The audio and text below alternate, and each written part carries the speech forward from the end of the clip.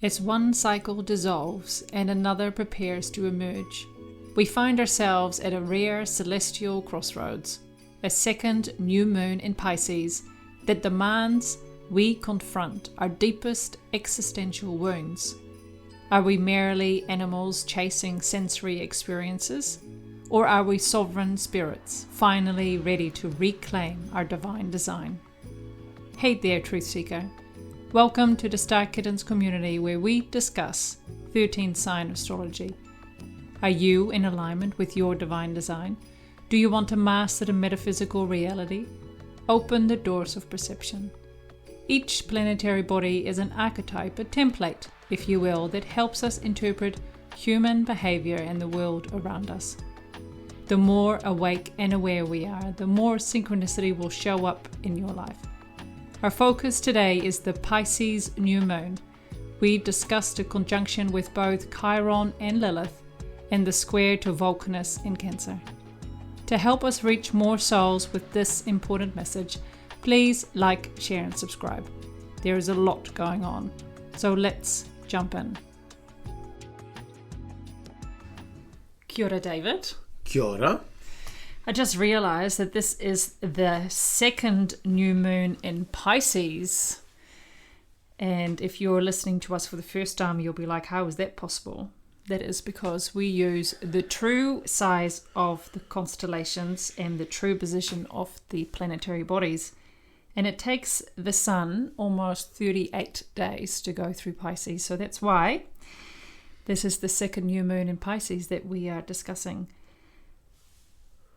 At this time of the new moon, the sun and moon are conjunct at 35 degrees Pisces. David, what is this telling you?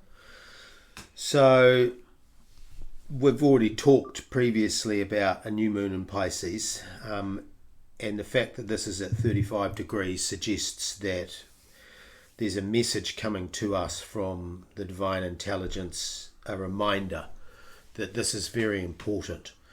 So we're going to talk about it again, but this time with some new twists and new insights and new pieces to the puzzle. At the very core, however, a new moon in Pisces is relating to the idea, as we've talked about before, of dissolution and emergence. And dissolution in Pisces means that something is coming to an end, something is dissolving, something is being deconstructed, and the emergence refers to what comes after Pisces, which is of course Aries. But before we get to the proverbial one door closes Pisces and another one opens Aries, we must go through a process of dissolution, or a death, if you like, a death of sorts. So very much we are in at 35 degrees Pisces with only 3 degrees left and the second new moon. We're very much in the end of a cycle which, as we talked about previously, tags back to about the 18th or 19th of April 2025, a solar cycle. That is when the sun first entered Aries a year ago, or almost a year ago, which kicked off a brand new cycle. And it is that cycle, there may be other cycles as well, but it is that cycle predominantly which is coming to an end.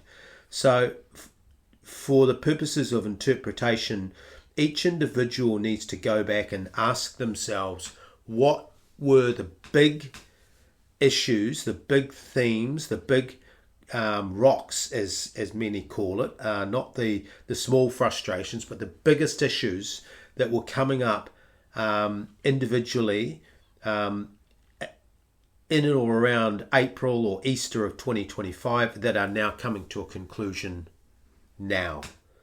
That's the easiest way to get a line on what this means at an individual level, and certainly at a collective level. What were the big issues that were emerging in the collective of humanity around April 2025 that are now drawing to a close in April 2026? Now, this isn't a geopolitical or economic or anything else podcast. We're talking about spiritual issues, but certainly if you look at perhaps some of the big issues going on in humanity, it's not hard to imagine that there were some things that began in April 2025 that are now coming to an end in April 2026. So the key piece of a new moon in Pisces, even though it feels a little bit counterintuitive, a new moon in Pisces is actually the precursor, or is the last steps, the last 3 days before this new cycle kicks off. So the dissolution part of the Pisces energy, the washing away, the dissolving, is about to kick into an emergence part of this new cycle, which is when the sun itself moves into Aries, which will be around the 18th or 19th of April. That's the new solar cycle. So that's really the baseline, that's the core of what's going on, and let's just leave that there hanging for a moment, and we'll come and add to it with these other parts as we talk some more.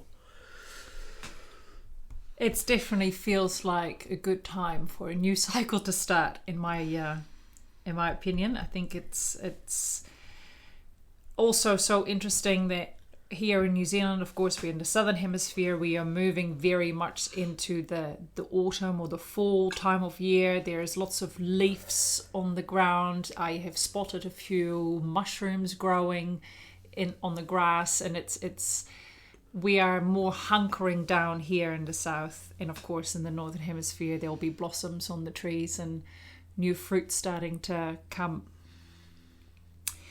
But let's keep on with this new moon, and it's making some very tight conjunctions. And the first one we will talk about is with Chiron. So Chiron is sitting at 34 degrees at the time of this new moon. And the new moon occurs here in New Zealand on the 17th of April at 11:51 p.m. So Chiron being this close, what cycles will that bring to a head?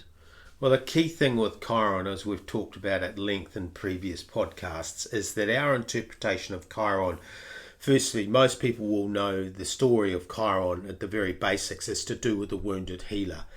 But I've gone a little deeper than that historically in my own interpretation and understanding of Chiron, having worked with him as an archetype quite closely. He sits right on top of my Saturn in Pisces. So I have a very intimate relationship with the energies of Chiron and mastering these energies. And what I've come to learn over 4 decades of study, both practical application in my own life, but also massive deep divings into the idea of Chiron and what it represents in the astrological mosaic as an archetype, is that for me, Chiron represents our deepest, most existential wound or trauma that manifests in both an individual and at a collective level as well. Bear in mind that the Pisces energy is collective energy, so we are talking very much about an existential trauma that sits really at the taproot, if you like, of humanity. And as often what I do when we're looking at any astrological interpretation, sometimes I like to go and look at the etymology and definition, the true definition, and the history of words. And what does existential mean? I mean, it's a word that gets thrown around a lot in the media at the moment. There are nations who are facing existential crises. There are political parties facing existential crises. There are institutions facing existential crises. So it is repeated often and regularly. But to me, Chiron relates very much to an existential crisis at both an individual and collective level. So I think it behooves us, therefore, to understand what is meant by existential. So I'm going to read this just for clarity. Existential describes anything related to human existence, our being, or the philosophy of existentialism, which emphasizes individual freedom, responsibility, and finding meaning in a meaningless world. Existential crises often refer to deep questions about life, about purpose, or any threats to the survival of, in this case, our species. And an existential threat is a danger to the continued existence of something. So let's just apply this very clearly here, that if Chiron in Pisces conjunct a new moon relates to an existential crisis or crises manifesting in both our individual lives and also on the collective level, what is that existential crisis? One of them is that there are many people on this earth right now who feel like there is no meaning. And they are looking at some of the events on the world stage and they're throwing up their hands in horror and saying there is no hope for humanity. Like, we've lost all hope. There's certainly that conversation taking place. That is an example of an existential crisis for those people.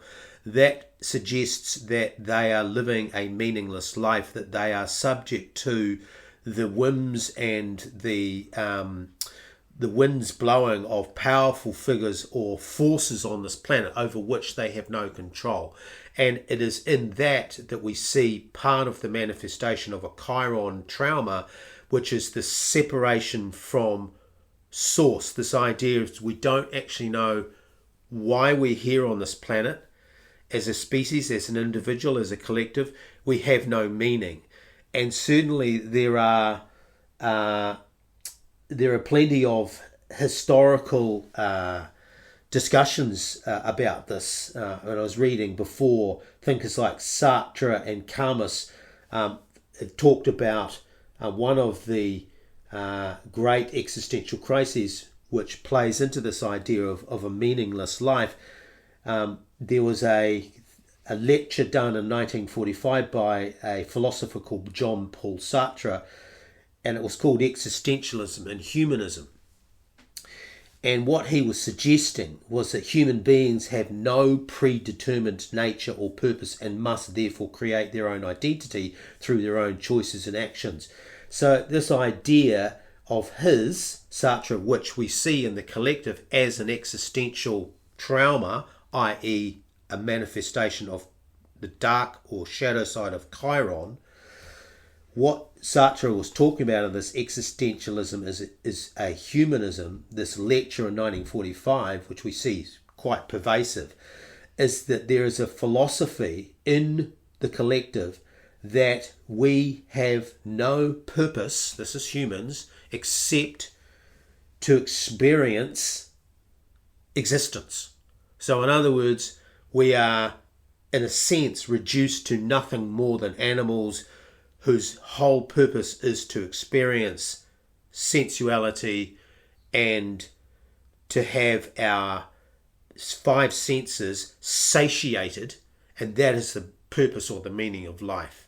So therefore there is no connection to a divine intelligence, there is no connection to source, there is no divine design, there is only a purpose to experience life and all that it has. And you can see that coming through very much when you look at scrolling through parts of social media, and life is all about this experience and that experience. In fact, there's whole industries built around you need to experience everything. You need to create a bucket list. You need to go do everything, and that's it. And you live your life and you die, and that's the end of it. That is a definition of an existential crisis. That is a definition of an existential trauma. Because for those people, as opposed to people who believe that actually we came here with a purpose, that we came here with a divine design, that we came here as spirit to have a human experience, that is a totally meaningful existence. And therefore, for those people who believe that there is a divine creation, that there is a source, that there is a universal intelligence, that we are not alone, that, you know, as Elon Musk says, there is no other consciousness out there. Whereas others believe that there is other consciousness and that we are connected to a much greater reality. So you can see that the manifestation of Chiron here as a deep existential crisis has two paths. One is that we tap into our essence, which is what we believe is our divine design, and we tap into and unravel and uncover for ourselves what is our purpose. Why are we here? What did we come here to accomplish? What did we come here to contribute to the evolution of the species? And yet there's another piece of that, which is an existential crisis, which is we didn't come here with an inner template and a divine design, as this 1945 lecture by Jean-Paul Sartre in 1945 says. We have no predetermined nature or purpose, and therefore we create our own existence and our own identity through the choices and the actions that we make. Those are very, very different paths, but to me that represents the heart of one of the biggest, most grunty existential issues, i.e. a reflection of Chiron, which is existential crisis, a manifestation of that in the collective and at an individual level. So the message here, just to wrap that up, is if you as an individual are not determining your own reality insofar as you're looking inward and listening for what is my purpose, what is my divine design, you are inquiring into this idea of a spirit having a human experience, meaning that you came here to achieve something, you came here to do something, you came here to have an impact. That is one path. What that requires is that you be sovereign and that you be responsible for doing the best that you can to figure that out, your purpose, your path, your passion, versus others who don't have that anchor, and therefore they have this existential crisis, which is that they're just going to bounce from one experience to the next, to the next, to the next, to the next, to the next. And eventually all meaning just disappears because you've experienced everything that you need to. That is the heart of the split that's going on here. Now, if you are not self-directed and looking inward, then the likelihood is that you are obtaining and framing and getting your meaning provided for you by politicians, by priests, by celebrities, by podcasters, by thought leaders, loud voices, loud mouths, CEOs or prominent figures. Anybody can fill your reality with the idea of who you are, why we're here, what your purpose is. And that's the choice. That to me it's a tough issue, but Chiron is not easy to deal with, and given the fact that where it's sitting in Pisces at this new moon, then these are the types of existential crises that we as an individual and we as a collective are having to confront right now. What is our meaning of life? What is our purpose, both individually and as a collective species? What are we here to accomplish? Or is it just a nothingness? That's the idea. That's one of the philosophies. It's just a random set of events.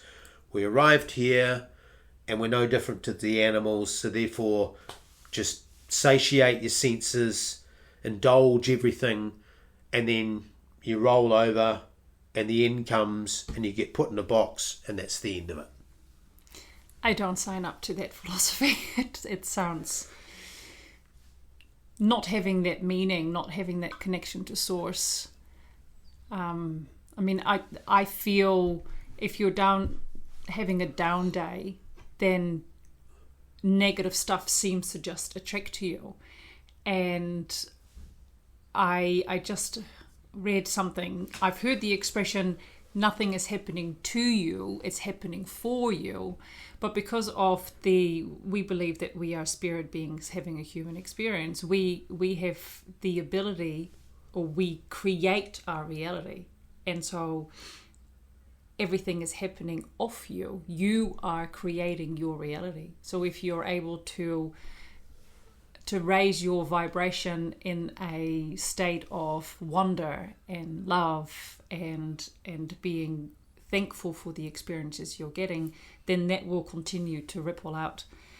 And having that connection with source, however you do that, whether it is meditating or having quiet conversations with the bees that you see outside, you'll find your way to have that connection, and you can grow that every day, in every moment. So that was Chiron. Now let's go to the other side of this conjunction, and we have asteroid Lilith sitting at 4 degrees Aries. So there's several astrologers that will talk about Black Moon Lilith, but this is an imaginary point in the chart. We use the actual asteroid Lilith, and this asteroid at the new moon is sitting at 4 degrees Aries. So how is this conjunction of energies making sense? So Lilith, again, as we've talked about previously, but for those who haven't heard our interpretation of the Lilith asteroid, I'll just give a quick thumbnail sketch. Is that Lilith in the astrological mosaic is the archetype of the original, or the first woman. So in genetics they call that the mitochondrial Eve, and the root of all feminine genetics. And in the biblical sense, that Eve was the first woman. So Lilith, Eve, again, the names are interchangeable, but they refer to that archetype of the original woman and the original feminine. And there are two very interesting stories. So we talk about Lilith in the context of these existential crises, or crisis that's coming up. And one of the most challenging existential issues when it comes to the feminine archetype within humanity is, was she, in one story, the original Eve, ate of the apple of the tree of life, and has been blamed ever since as being the source of the original sin.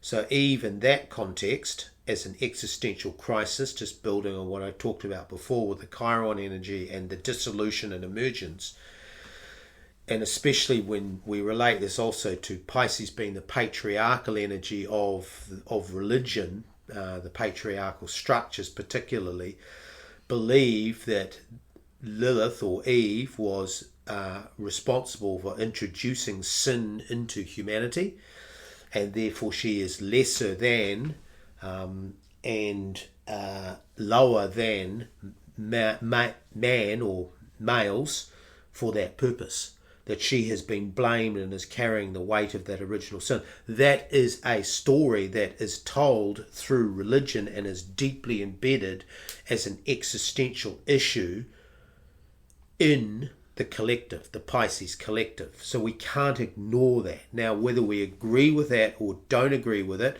we have to at least acknowledge that it exists as a reality for literally billions of people.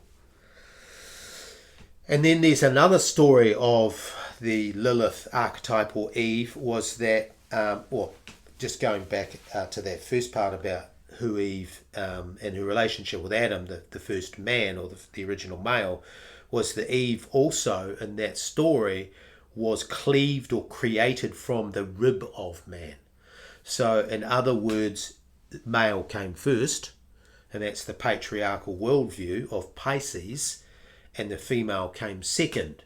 And this is where this idea of subjugation and dominance and primacy of the male over the female comes from, that is embedded and enshrined in the story of Lilith, which is caught up with this Pisces energy, of this patriarchal energy at this new moon.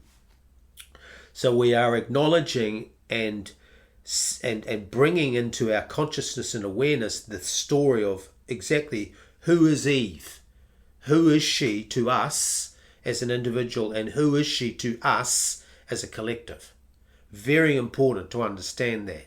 But there's another side of Eve, or Lilith, which we prefer to focus on, was that she was created at the same time as Adam.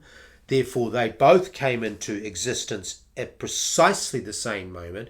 Therefore, there is no subjugation, there is no hierarchy, there is no first or second, there is both came at the same time. And it was in this other story that Eve was put in a situation where, through culture, so there's a story where Eve was required to marry Adam, and Adam believed that he was the head of the household and so on and so forth, and all of the associated BS that I've just talked about with the patriarchal Pisces worldview of the masculine and the feminine, or Adam and Eve, which, again, just a reminder, is that Lilith and Eve are interchangeable names referring to the original or mitochondrial or the first woman. So in this other story, Eve, or Lilith, was in this relationship with Adam, but it was a marriage of choice, not of convenience, but she chose, because he wasn't fulfilling, in her view, the roles and responsibilities of a equal partner, and she chose to walk away from Adam.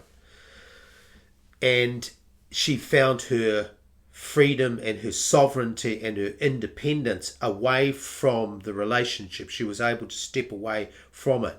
That Eve, or Lilith archetype, talks about finding, under an oppressive situation, the strength to stand up and be sovereign. So that is a story that applies equally to men and to women, and it doesn't just apply to marriages or relationships. It applies to the idea of whenever there is an oppressive existential crisis or pressure coming on an individual or a collective, that we need to find our independence, and we need to find our strength, and we need to find the will to stand up to it and be separate from it, and to stand independent of it. That's also what she represents. So we talk about Lilith as, in the collective, or the Eve as a wife, as a partner, as a support to the male, and also being responsible for the original sin. Or we can see her as an independent, as a sovereign who chooses partnership and relationship. That is a very different, and whether that partner is a male or a female doesn't matter. The idea is that under that second scenario, Lilith, or Eve, is in a relationship or partnership with an equal. And if that is not being fulfilled within that relationship, then she walks away. And there's a message there about equality, and there's a message there about balance, which to me also is a deeper part of whenever there's a new moon, we have the sun and the moon, the masculine and the feminine, come together as one. So to illustrate this, I'll use the analogy of a battery, and we all know what batteries look like. We've all seen them. We all use them in our devices, and they come in various shapes and sizes and forms. But they really are a marvel of technology when you think about it. But even deeper than that, they are a template as to how the masculine and the feminine as equals create energy. So if we think about, just for argument's sake, and it doesn't have to be this way, it could be the other way, but just for argument's sake, let's say that the masculine energy of Adam represents the plus, and the feminine energy of Eve, or Lilith, represents the minus, and we put them together at both ends of a battery. That battery will work only when we have what I call the union of opposite energies. We have complete integration between the masculine and the feminine.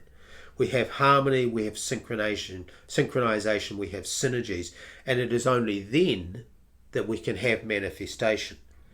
So the idea that, I'll go back to and touch on Chiron just for a moment, that sometimes those people who feel that life is meaningless are stuck in a masculine paradigm, and they don't believe that there is a feminine energy in terms of a source energy, in terms of a Godhead energy, although the Vedics definitely have masculine and feminine Godheads.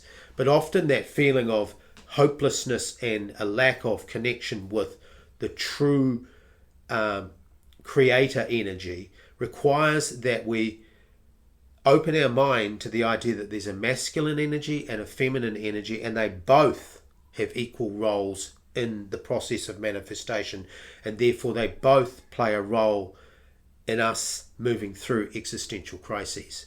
So the role of Lilith here is to remind us that firstly we need to confront as an individual or as a collective that there are two stories about this Eve feminine energy. One is distorted and negative and actually meaningless and plays into the idea of the patriarchal worldview of command and control and the masculine primacy and the subjugation of the feminine energy. The other is that the feminine energy is equal to and opposite from the masculine energy, and it is both that are required for us in order to experience the fullness of life and therefore the fullness of manifestation and of reality.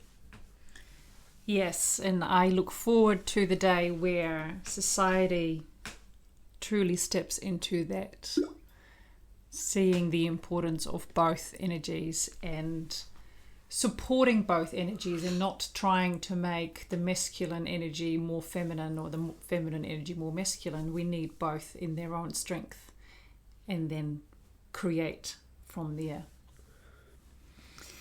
We now go to a square at this new moon, and that is a square to Vulcanus or Vulcan, and he sits at 5 degrees Cancer. We have spoken about Vulcanus in the past, so I think today, David, you'll just do a very quick synopsis, but it very much ties into the theme of this reading of the existential crisis. It certainly does, and for those who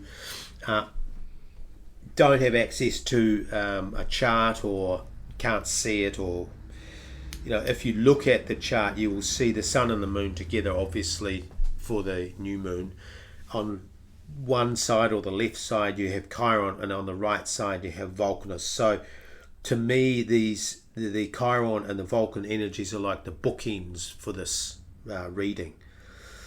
And the Vulcan energy or the Vulcan story is one about an estrangement between mothers and sons. It's a very sad story. We don't have time to cover it fully here. Suffice to say, the son fell out with the mum fell out with the son. And they were in conflict. There was an attempt at reconciliation between the mother and the son, but the mother failed to validate the son's pain at having been thrown out of the family circle, at having been pushed out of the nest, as it were. So he had rage and unresolved issues, which, because his mother didn't realise that they were there, despite the reconciliation or the attempt at reconciliation, his focus was to wrought revenge on his mother, to wreak havoc, because he wanted to get that off his chest. He was shunned and pushed away.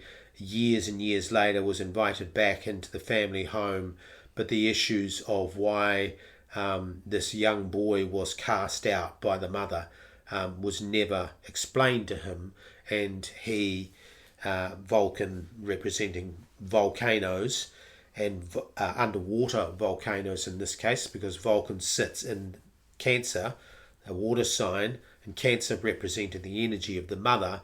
What that means is that beneath the surface of these existential crises, one of the roots of the problems that we have, both at individual and collective level, is this estrangement, these difficult relationships between mothers and sons, which of course manifests if a son doesn't have a great relationship with his mother, or vice versa, or both ways.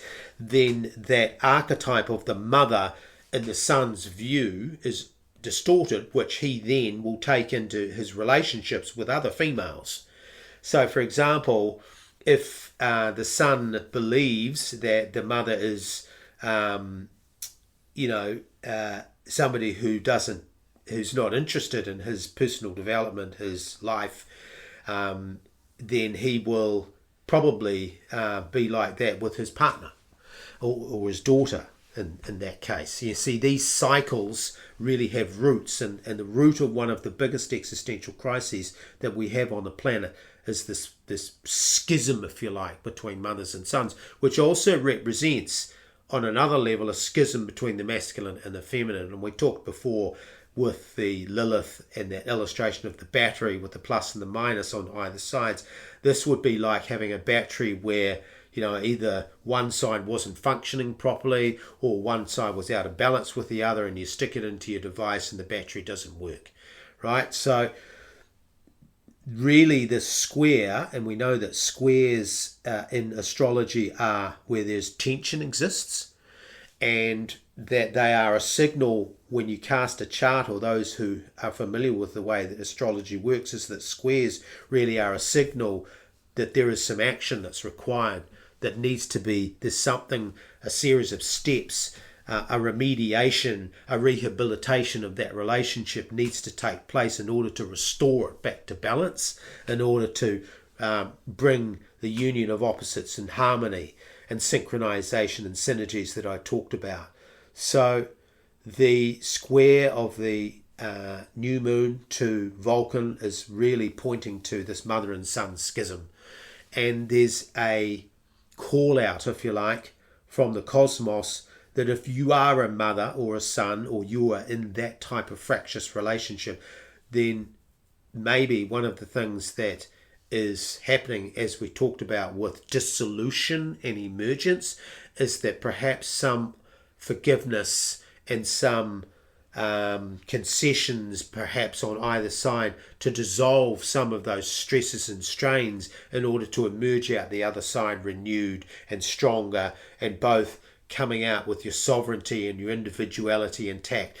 Often what happens as well in these mother-sons relationships is that the son might be reflecting the father's dominance over the mother, or the mother may be trying to dominate the son.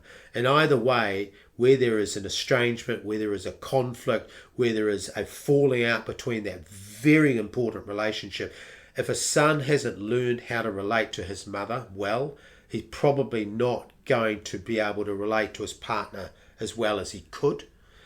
Equally, there's wisdom to be gained from the son interacting with the mothers. So there are lots of positives and upsides, but really the square is saying that there's some issues here, and that there will be some listening to this, or there will be some listening who are aware of family members or friends who are in this situation where there's this estrangement relating to Vulcan. The warning of Vulcan, as I said, representing a volcano in Cancer, which is an emotional water sign, which is the sign of the mother, is that if these things aren't resolved, they erupt. And when they erupt, just like an underwater volcano, as opposed to one that's above the earth, you can kind of see it coming. You can maybe see it, the steam coming out of it. You might get a few earthquakes. If this thing happens when it's underwater, it gets incredibly messy. And it's searing hot water, or searing hot emotions that come out of it, if I was to use that metaphor. So the message is, mothers and sons who are alienated or estranged from one another, it's time to think about dissolving your old wounds, Chiron. Maybe it's time to come together and try to get into some sort of relationship where there's some harmony between the two of you, and you'll both be better off for it, and people around you also will be better off for it. Yes, remove that tension from your life. Absolutely. Thank you so much, David, for highlighting these beautiful energies during this new moon. Of course, we use many different planetary bodies in our charts, and it just depends what speaks to us at a new moon or a full moon, and that is what we will be highlighting during that reading. We could be talking for hours if we were to talk about each and every one of them.